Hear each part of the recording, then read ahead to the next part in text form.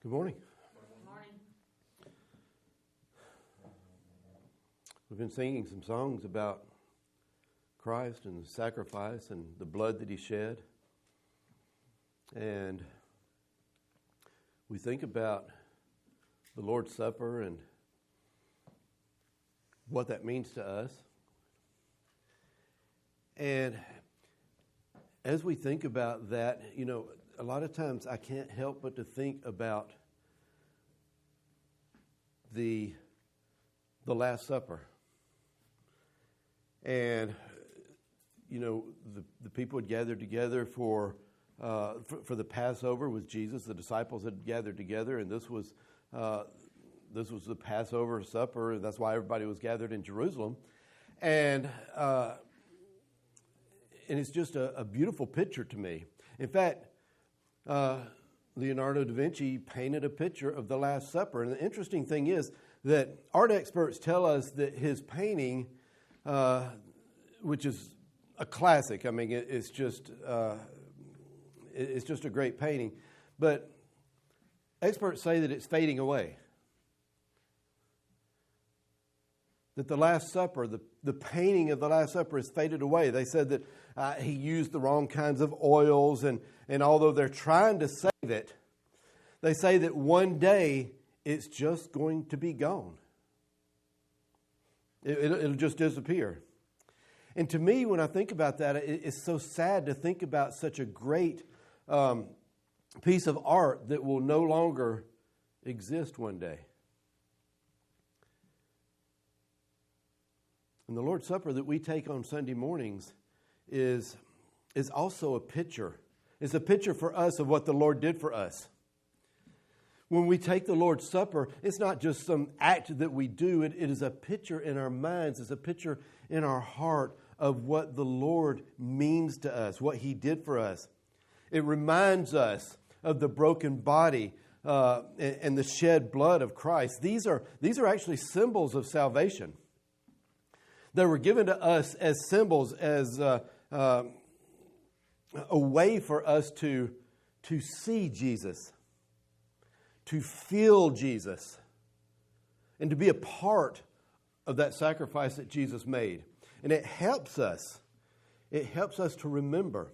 And that's exactly what He wants us to do, because He doesn't want it to fade away. We need to make sure that we don't let that picture, that great picture of the Last Supper, that great picture of the sacrifice of Jesus, that great picture of what Jesus is for us, we need to be very careful not to let it fade away in our hearts. The night before Jesus was crucified, the people who hated Him were gathered around trying to figure out a way to kill Him, a way to get rid of Him. And that very night, He and His disciples gathered together for the Last Supper. They didn't know that it was going to be the Last Supper. To them, it was just another Passover meal. They've done it many times before. In fact, they've done it all their lives. But this time it was special. This time it was different. And they had gathered together, and the purpose for the Passover, by the way, was for the people, the Israelites, to gather together and to remember the time that Jesus saved them from slavery in Egypt. And how that they would put the blood of the lamb on the door, and the angel of death or whatever would pass over them. And it was a celebration of that. It was a way to remember. Just like this Lord's Supper that we take is a way to remember. And that's exactly what they were doing. But something beautiful, something different, something awesome happened that night. They had done it many years. All their lives they had done it. All through the history of the Israelites, they had done that. They had taken the Lord's Supper. They had remembered the Passover, or not taken the Lord's Supper. They had remembered the Passover. But this particular time, Jesus started something new. He started something different. It was something that would be an important part of the worship for everyone from now on. And it remains an important part of the worship for us today. Over in Matthew chapter 26, beginning in verse 26, as they were gathered together, they were having their Last Supper, their meal, their Passover meal. Again, at that time, they didn't know it was the, quote, Last Supper, as we sometimes call it. But they were gathered together, and in verse 26 of Matthew 26, it begins, while they were eating, Jesus took bread, and when he had given thanks, he broke it and gave it to the disciples, saying, take, eat, this is my body. Then he took the cup, and when he had given thanks, he gave it to them, saying, drink from it, all of you. This is my blood of the covenant, which is poured out for many for the forgiveness of sins.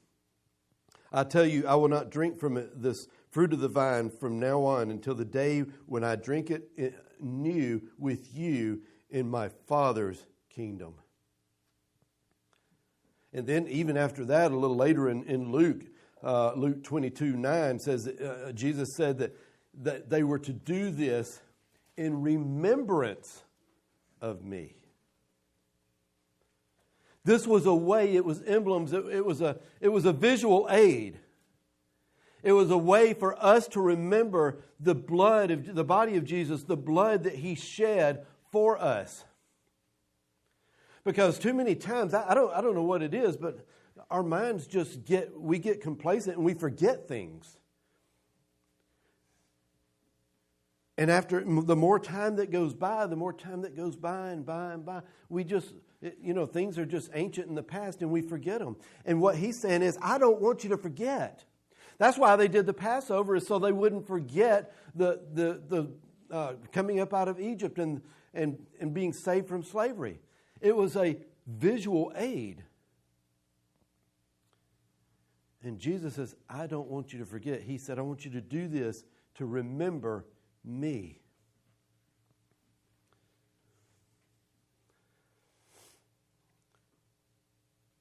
When we eat the bread and we drink the cup, we should remember the body of Jesus. We should remember the blood that he shed. And I understand there's a lot to remember that we can focus on as we take the Lord's Supper. We can remember the gruesome acts, or we can remember the love that necessitated those gruesome acts. But we need to remember Jesus. We should remember the garden where he prayed, where he asked that this cup be taken from him. And yet he prayed, your will, not mine, be done. We should remember the arrest and the soldiers mocking him and slapping him and spitting upon him, beating him. We should remember the scourging that he went through that would have killed most people.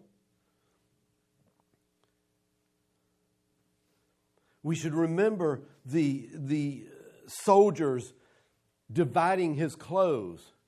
The ultimate slap in the face, saying, you won't need them anymore. We should remember his hands as spikes were driven through. His feet where the spikes were driven through. We should remember Jesus lifted up, and as he's lifted up, the force against his hands and feet as he hung there, suffocating, as he bore the sins of the world.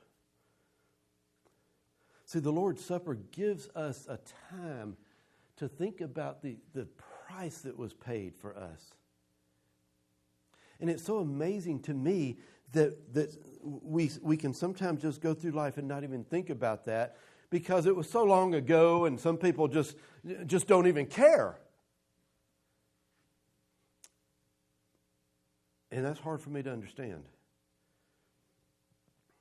It's hard to understand.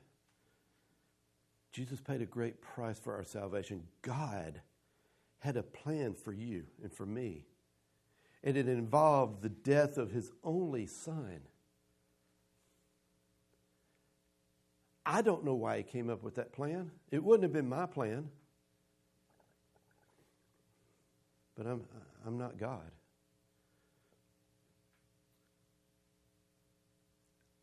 I have a hard time knowing love like God showed us. I have very deep love for people close to me. But I cannot even comprehend that kind of love. It's so difficult. It's a sacrificing love. How could he do that for us? But it was something that needed to be done if we were to have any hope, because he paid a price that we could not pay. We couldn't. It was not within us. It was impossible. And for him to say, I got this because I love you, is totally amazing grace of God. And so my question, as we think about the picture that Leonardo da Vinci drew of the Last Supper that is fading away and will one day be faded and will no longer exist, they say. Will the Lord's Supper fade in our hearts like the picture is fading? Will it just go away? Well, the thing is, it'll be with us as long as followers of Jesus continue to remember him, as long as the followers of Jesus will gather together on Sunday mornings and gather around his table and break bread and drink the cup and remember what the Lord has done. As long as that happens, it's not going to fade. It's going to be there, at least physically. But what about spiritually? What about in our hearts? It's one thing to go through the motion, but to really remember Jesus and think about what he's doing for us.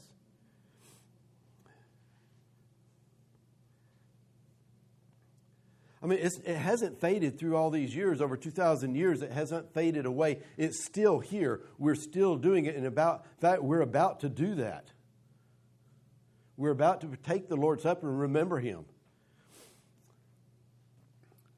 And I guess it will continue as long as faithful members or followers of Christ will do that. And yet, there's a very real sense in which the Lord's Supper may fade. It can fade from our lives if we let it. The nice thing is we're in control of that. But it can fade from our lives if we let it. It can fade through sin. It can fade through worldliness, through busyness, through indifference about what the Lord has done for you. You need to use the time during the Lord's Supper to think about what the Lord has done for you, the meaning of it, the sacrifice of it, so that it won't fade from your life. Because that's a picture we cannot afford to let disappear. We can't afford to let it fade from our lives. We need to continually think about the sacrifice of Jesus, about the cross, about the pain, the agony that he bore for us. We need to think about what the sacrifice really means to us. The salvation the plan of salvation is complete because of it.